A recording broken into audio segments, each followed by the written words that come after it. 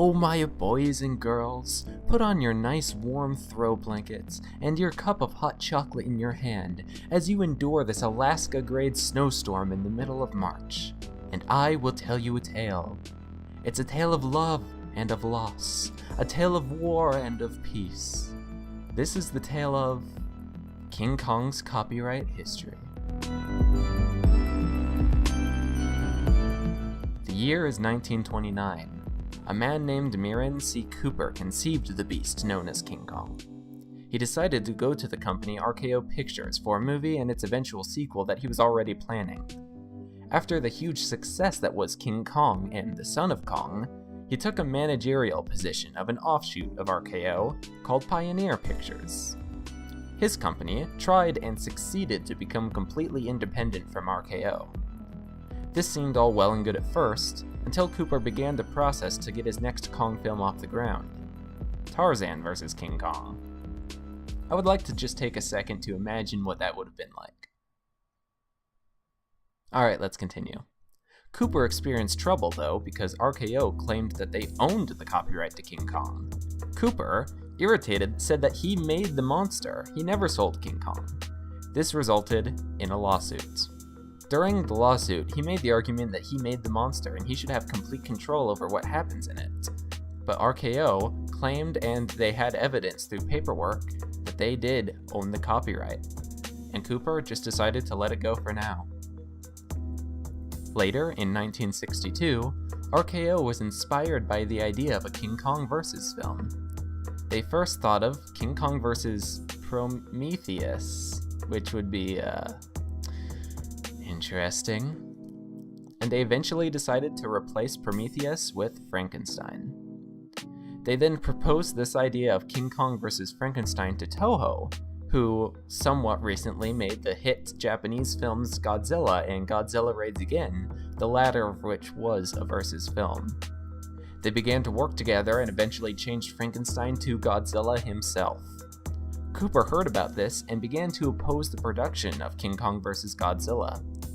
You see, Cooper thought that because he made King Kong and RKO owned him, that King Kong was sort of in a limbo state where neither company could make any Kong productions. But legally, RKO was in the rights. When the movie was finally complete, Toho handed the movie to Universal for an American release, seeing how Universal had made several successful US distributions of monster films. Meanwhile, Cooper found that RKO was making money off of King Kong toys, model kits, and stuff like that, and he decided to file a lawsuit against them. This legal battle also involved Toho and Universal because they were wrapped into King Kong at this point too. Cooper brought up the argument that he only gave licensing to RKO for the first movie and its sequel, not the whole copyright. But this wasn't the best idea on his part, for the key paperwork that stated this information was lost when he went to fight in the war. Without these documents, the lawsuit failed and RKO won once again.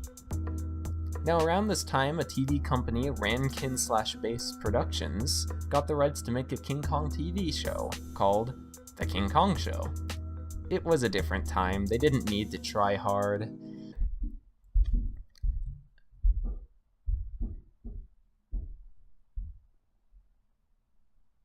After this ran with success, the creators, Rankin and Base, wanted to make a live-action movie adaptation of their show. After they got approval from RKO, which brought Cooper more pain, they decided to go to Toho, who recently made the hit of King Kong vs. Godzilla. After a few variations, they decided the movie would focus on the recurring villains of the cartoon, Doctor Who and his robot Mechanicong, in the movie King Kong Escapes. Later on in this timeline of painful events, in 1975, Universal and a guy named Dino De Laurentiis were having a legal battle over a King Kong remake. Dino D, which I would normally call him Laurentiis, but Dino D is a lot funnier, offered $200,000 to RKO for the rights of a Kong remake.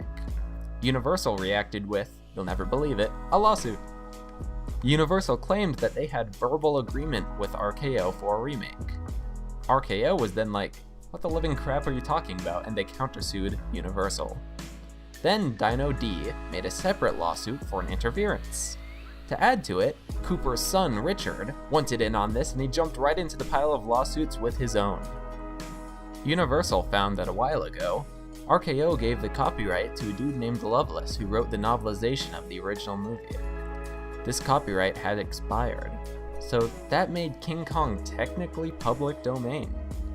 Cooper Jr. then cross-claimed RKO, saying that his estate still had control over the story of Kong, even though past history would debate it. The judge eventually made the decision that King Kong was public domain.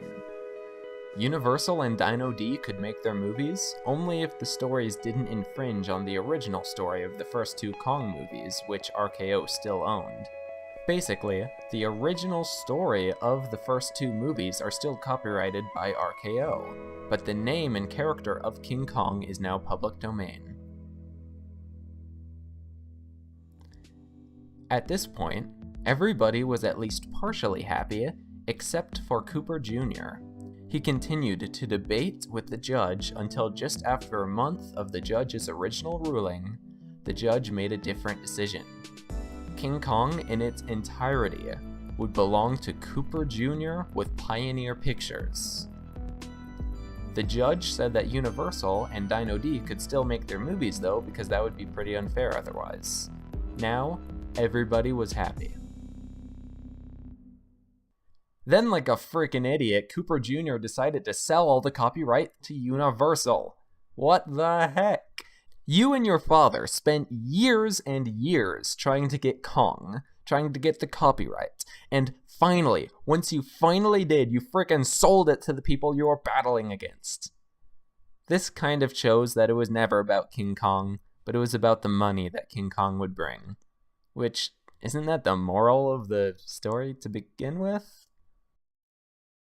Anyway, years later, Toho, the co-creators of King Kong vs. Godzilla and King Kong Escapes, wanted to put Mechani-Kong in their new movie they called Micro Super Battle: Godzilla vs. Gigamoth.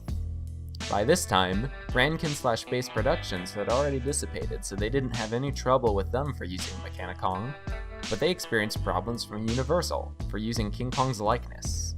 After copyright battles and feuds, Toho begrudgingly moved to a different project, which eventually turned into Godzilla vs. Mothra. So, Toho made Mechani-Kong with Rankin/Bass, but they are no more. So Toho owns the rights to use Mechani-Kong. But Mechani-Kong uses King Kong's likeness, so they can't use him without Universal's permission.